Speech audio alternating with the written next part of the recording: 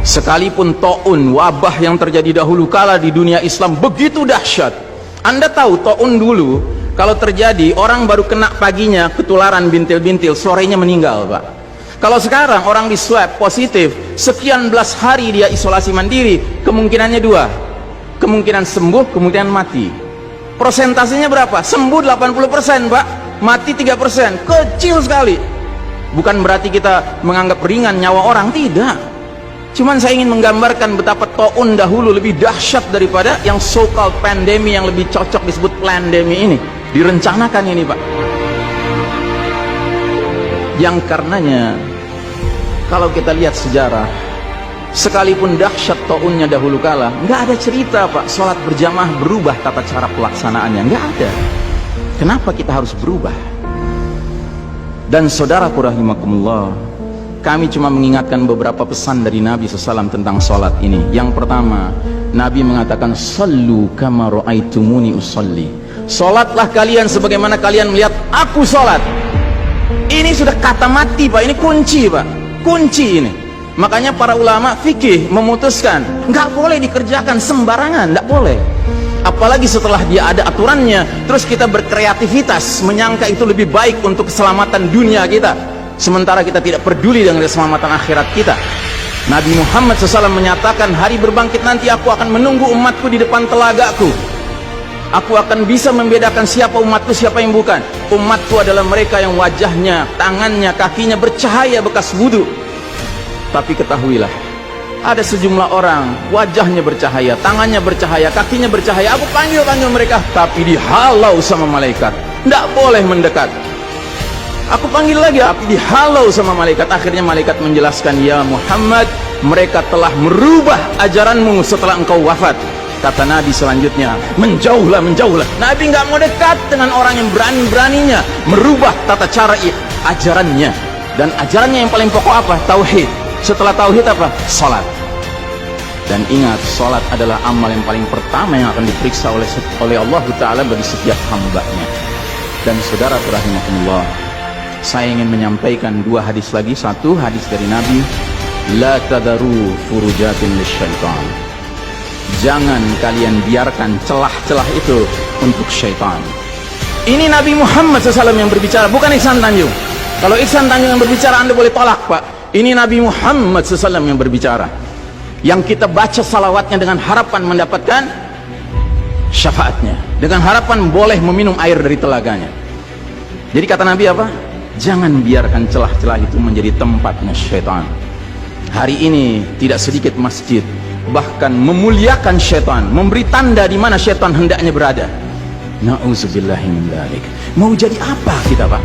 Mau jadi umat seperti apa kita? Ini adalah simpul terakhir, saudaraku. Kalau sampai simpul terakhir ini kita relakan lepas, sudah tidak ada sisanya ajaran ini di muka bumi. Karenanya saudaraku rahimakumullah, bagi saya urusan sholat berjamaah dan tata caranya ini bukan urusan pilihan fikih, Pak. Ini urusannya adalah urusan dengan musuh Allah Ta'ala. Hadis yang terakhir, kata Nabi SAW, innal yahuda qad sami'u dinahum. Sesungguhnya Yahudi sudah bosan dengan agama mereka. Wa innahum qaumun hasadun. Dan mereka adalah kaum yang sangat hasad kepada kita umat Islam, terutama dalam tiga perkara. Satu, raddis salam. Kebiasaan kita umat Islam kalau ketemu saling ngucapin assalamualaikum, dibalas waalaikumsalam. Itu Yahudi nggak senang, Pak. Yahudi tidak senang melihat umat Islam berukhuwah Islamnya. Yahudi nggak senang umat Islam kalau ketemu saling bersedekah dengan senyum, makanya dibikin aturan begini, nggak kelihatan senyum kita. Yahudi nggak senang kita ketemu jabat tangan, rontok dosa-dosa. Maunya mereka begini saja jabatan tangannya. Dari mana ini semua? Yang kedua, mereka hasad sama kita dalam urusan apa? Iqamatis sufuf, dalam tata cara kita menegakkan saf kita. Ingat, Pak, saf dikatakan tegak syaratnya dua. Satu, lurus, dua, rapat. Bukan hanya lurus tapi renggang-renggang, atau rapat tapi meliuk-liuk. Tidak, harus dua-duanya lengkap. Sehingga Nabi sampai bertanya, kenapa kalian gak bersaf seperti malaikat di hadapan Allah? Para sahabat bingung, bertanya, bagaimana malaikat? Kata Nabi, mereka mendahulukan saf awal dan mereka saling rapat satu sama lainnya. Jadi Nabi itu bangga kalau umat Islam sholatnya seperti para malaikat di hadapan Allah Ta'ala. Harusnya itu menjadi kebanggaan kita juga. dan harusnya kita tersinggung kalau ada pihak yang berusaha untuk mengacak-acaknya. Dan yang terakhir, yang ketiga, Yahudi itu hasad sama kita dalam urusan apa? Dalam urusan umat Islam, di belakang imam sholat wajibnya mengucapkan amin. Makin keras suara amin itu, makin geram mereka. Karenanya mereka bikin aturan, sempat 2 bulan masjid ditutup-tutup sama sekali, nggak terdengar suara amin dari jamaah karena nggak ada yang boleh ke masjid. Tapi sekarang setelah dibolehkan, masjid yang bisa muat 2000 orang, cukup 500 orang, cukup 700 orang. Supaya apa? Sekurang-kurangnya aminnya bisa berkurang. Maka sekarang pertanyaan besarnya adalah, untuk siapa kita sholat? Atau untuk mereka? Inna sholati wa nusuki wa mahyaya wa mamati lillahi rabbil alamin. Mudah-mudahan apa yang saya sampaikan tidak membuat bapak dan ibu makan nggak kenyang, tidur nggak nyenyak, tetapi semakin sadar betapa kita sedang hidup di era penuh fitnah di akhir zaman, dan musuh-musuh Allah sedemikian sistematis, sedemikian terencananya membuat kita sadar tidak sadar meninggalkan din kita. Yang paling mengerikan kalau sampai sudah nggak ada perasaan lagi risau dengan ini semua. Karena apa?